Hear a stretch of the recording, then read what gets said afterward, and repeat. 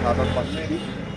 1971 সালের আজকের এই দিনে খাগড়াছড়ির মহালছড়িতে পাক বাহিনী এবং তাদের সহযোগী মিজু বাহিনীর সাথে এক ভয়াবহ শহীদ হন। এই বীর শহীদকে রামগড়ের এই কবরস্থানেই সমাহিত করা হয়েছিল। শহীদ ক্যাপ্টেন আফতাবুল কাদের উনি মূলত পাকিস্তানে উনি কর্মরত ছিলেন। উনি 1971 সালের ফেব্রুয়ারিতে উনি বাংলাদেশে ওনার বাড়িতে ছুটিতে এসেছিলেন। 19 ফেব্রুয়ারি চট্টগ্রামে উনি বিয়ে করেন। মার্চের আলো রাতে যখন বাঙালি নিধন শুরু হয়, সেই রাতে বিবর্ষতা দেখে শহীদ ক্যাপ্টেন আফতাবুল কাদের উনি যুদ্ধ করার জন্য উনি বাসা থেকে বের হয়ে যান। উনি চট্টগ্রামে আসেন। সেখান থেকে উনি এই সীমান্ত শহর রামগড়ে এসে প্রথমে উনি এখানে মুক্তিগামী মানুষের যারা আছে তরুণ যুবক সবাইকে একত্রিত করে উনি গেরিলা যুদ্ধের প্রশিক্ষণ শুরু করেন। পরবর্তীতে মেজর জিয়াউর রহমান উনি এসে শহীদ ক্যাপ্টেন তাদের সহ একসাথে রামগড় সরকারি উচ্চ বিদ্যালয়ের মাঠে মুক্তিযুদ্ধের প্রশিক্ষণ কার্যক্রম শুরু করেন।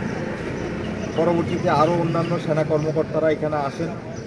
সবার সম্মিলিত প্রচেষ্টায় এখানে রামগড় হয়ে উঠে মুক্তিযুদ্ধের অন্যতম একটি স্থান। এটি পরিণত হয় মুক্তিযুদ্ধের সেক্টর 1-এর সদর দপ্তর। এখান থেকে গোটা পার্বত্য চট্টগ্রাম ফেনী অংশের মুক্তিযুদ্ধের নেতৃত্ব এবং পরিচালিত হতো এখান থেকে।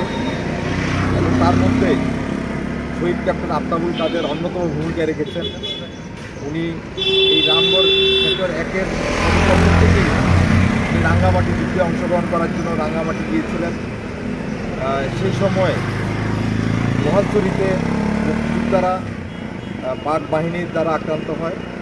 সেই খবর পাওয়ার পর ঊর্ধ্বতন কমান্ডারদের নির্দেশে শহীদ ক্যাপ্টেন আফতাবুল কাদেরের যে দল আছেন সেই দল মহালছড়ি যুদ্ধে অংশগ্রহণ করেন এবং 27শে এপ্রিল সে মরণ হয়ে এবং ভয়াবহ সম্মুখ যুদ্ধে উনি শাহাদাত বরণ করেন। এবং সবচেয়ে বড় বিষয় হচ্ছে উনি নিজের প্রাণ উৎসর্গ করে সেদিন অসংখ্য মুক্তিযোদ্ধার প্রাণ বাঁচিয়েছিলেন। উনি যখন মৃত্যুর কোলে ঢলে পড়েন তখনও ওনার হাতের মেহেদির রং অম্লান ছিল।